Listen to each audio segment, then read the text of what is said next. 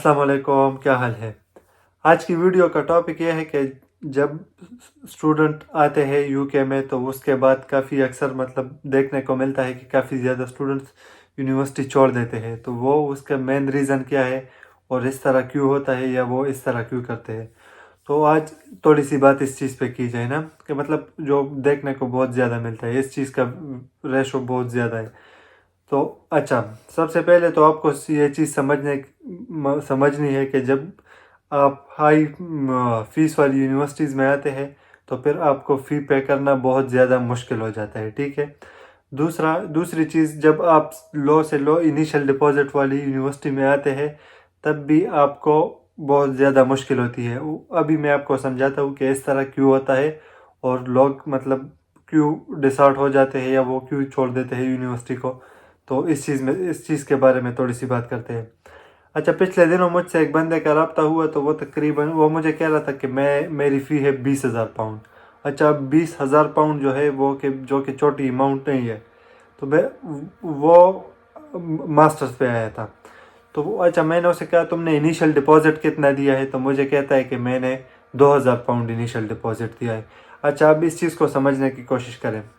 जब उसने 2,000 pound initial deposit दिया तो इसका मतलब ये हुआ कि उसने 50 जो उसके अगर 20,000 पाउंड फ़ी है तो उसने इनरोलमेंट से पहले 10,000 पाउंड फ़ी पे करनी है किसी भी सूरत में, ठीक है।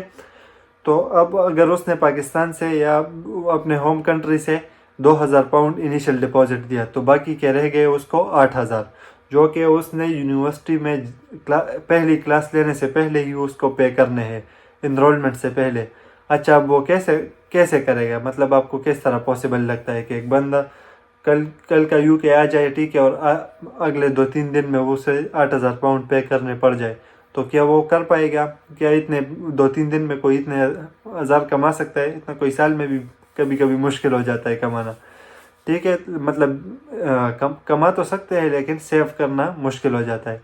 तो सबसे मेन रीज़न उसकी ये हुई कि वो अगर उसने कम से कम इनिशियल डिपॉजिट पे की है और उसके बाद बाकी के पैसों का कोई बंदोबस्त नहीं है तो डेफिनेटली वो क्या करेगा, वो फिर यूनिवर्सिटी नहीं जाएगा, ठीक है।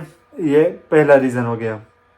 दूसरा ये कि जब कोई 50% डिपॉजिट भी दे या 50% भी एज ए इनिशियल फ़ी पे कर दे और कहे कि बाकी के मैं अक्सर यूनिवर्सिटीज़ की वो जो इंस्टॉलमेंट प्लान होता है, ये इंस्टॉलमेंट प्लान देती है या नहीं देती, लेकिन अगर इंस्टॉलमेंट प्लान दे भी देती है तो वो 3-4 महीने का उसमें गैप रखती है या 2-3 महीने में। तो अब अगर एक बंदा सोचता है कि मेरी 15-16,000 पाउंड फ़ी है और मुझे रहती है तकरीबन 8,000 पाउंड रहते हैं मेरे रिमेनिंग ना, तो अब मैं जाके 2-3 महीनों में 8,000 पाउंड कमा लूँगा, जो कि पॉसिबल ही नहीं है। क्योंकि एक बंदा आए, वो उसको अभी आए हुए 1-2 महीने तो बंदे को समझने में लग जाते हैं, स्टूडेंट को, कि वो यहाँ पर क्या हो रहा है, क्या करना है। उसको अपनी डायरेक्शन ही पता नहीं होती। पहले वो अकोमोडेशन ढूंढता है, जॉब ढूंढता है, तो वो 1-2-3 महीने तो उसी में निकल जाते हैं, ठीक है। तो उसमें वो कैसे 8,000 पाउंड वो जोड़ेगा। तो दूसरी और मेन रीज़न एक ये है, ठीक है। अच्छा, इसके लिए इसको अवॉइड करने का हल क्या है, या अपनी स्टडी कंटिन्यू रखने का वो क्या है, तो वो मैं आपको बताता हूँ। जब हम लोग आते हैं पाकिस्तान से या अपनी होम कंट्री से, जब हम आते हैं तो जो हमारी फ़ी होती है, फॉर एग्जांपल एक बंदा आ रहा है बैचलर्स के लिए, ठीक है।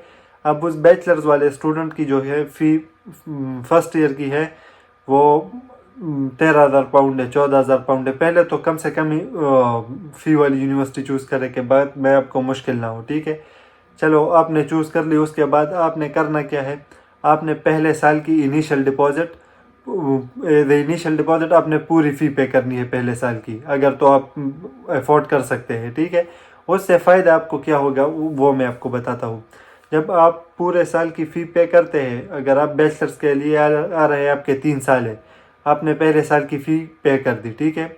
जब आप यूके आ गए तो आपके पास, अगर आप सितंबर इंटेक में आए हैं तो अगले सितंबर तक आपके पास टाइम है, इनफ टाइम है कि आप उसमें समझ भी सके, उसमें फ़ी भी जमा कर सके।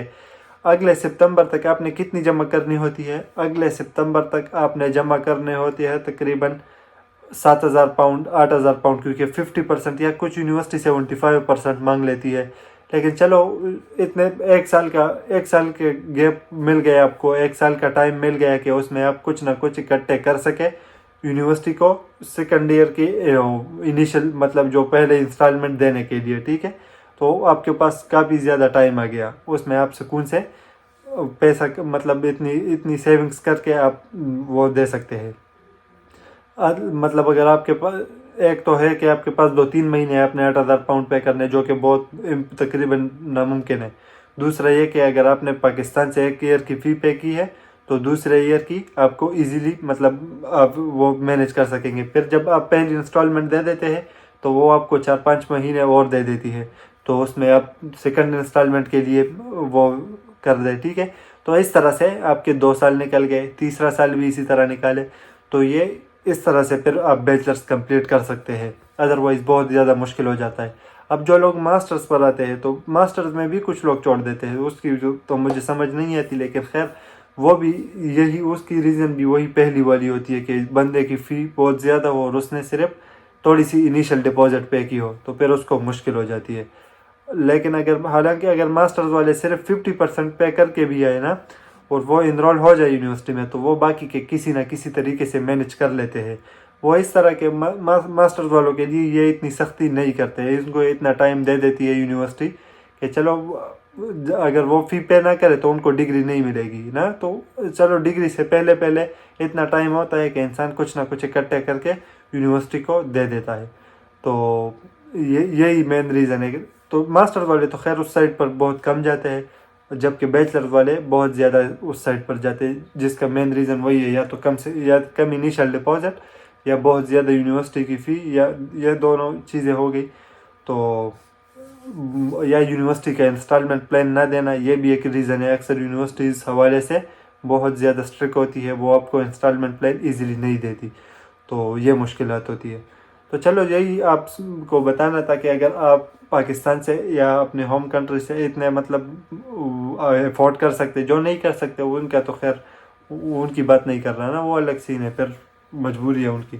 لیکن جو کر سکتے ہیں تو وہ اس طرح کرے کہ سٹارٹ سے ہی 1 سال کی پوری فی پے کر کے آئے، تو بعد میں دوسرے ایئر اور تیسرے ایئر کے لیے آپ کو فی اکٹھی کرنے میں اتنی مشکلات نہیں ہوگی. تو بس یہی بتانا مقصد تھا. باقی ملتے ہیں انشاءاللہ اگلی ویڈیو میں، تب تک کے لیے اجازت دیں. اللہ حافظ، اللہ پامان.